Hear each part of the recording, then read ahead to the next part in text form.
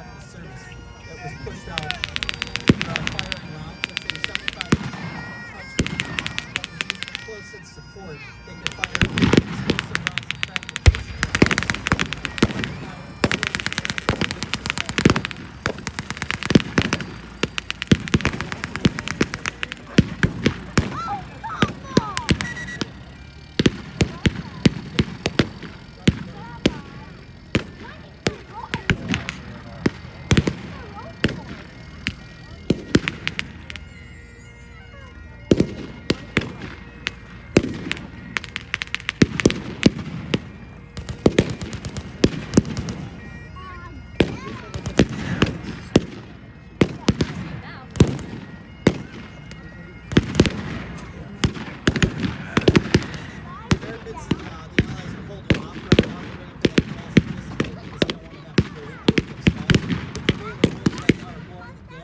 into the German trenches, which is helping incapacitate them.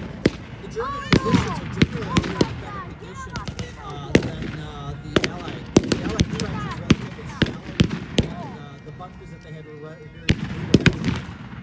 The idea was that the Allied forces didn't want their guys to push forward and push the Germans out of their positions. The Germans, on the other hand, were that they needed to hold the ground, so they built very, very intense defenses.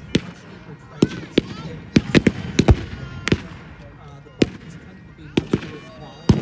The bunk beds and things like that, their quality of life was better than the Allied soldiers in their lighter trenches that were performed.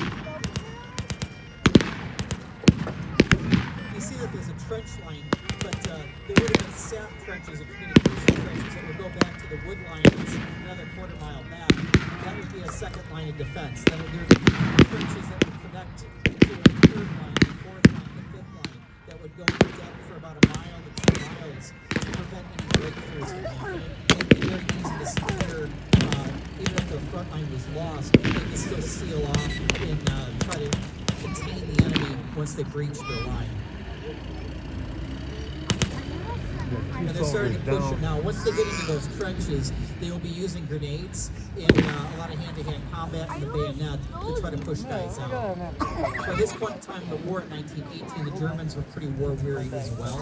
And it was not uncommon once they were backed into a corner. They weren't necessarily fanatical. They would generally surrender because they wanted to try to get through the end of World War I. And that's what you're seeing now with a lot of the Germans that are surrendering.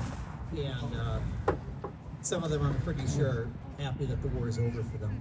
But at this point in time in the war, the Germans were using a lot of what they refer to as ersatz materials, which is German for replacement.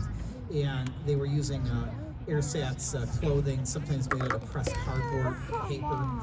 They had ersatz bayonets, which are bayonets that they cut up and they modified to fit on German rifles, but the blades themselves are actually recycled from dead British and French and Russian soldiers that they would recycle to use on German rifles.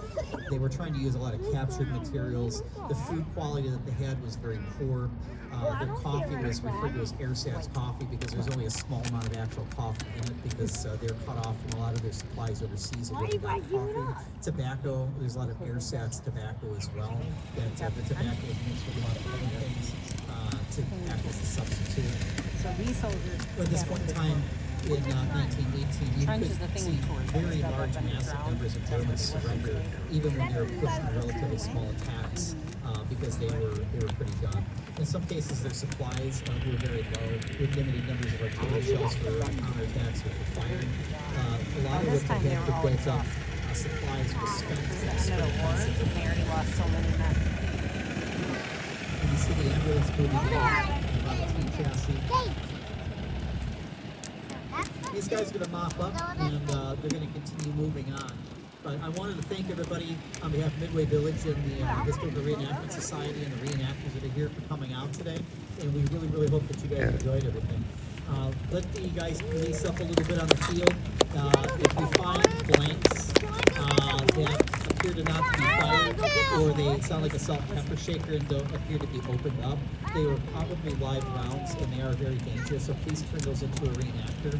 Some of the reenactors, a couple minutes here, once we police up their weapons, we'll bring spent blanks up to you guys so the kids can get us a little bit. Thank you very much.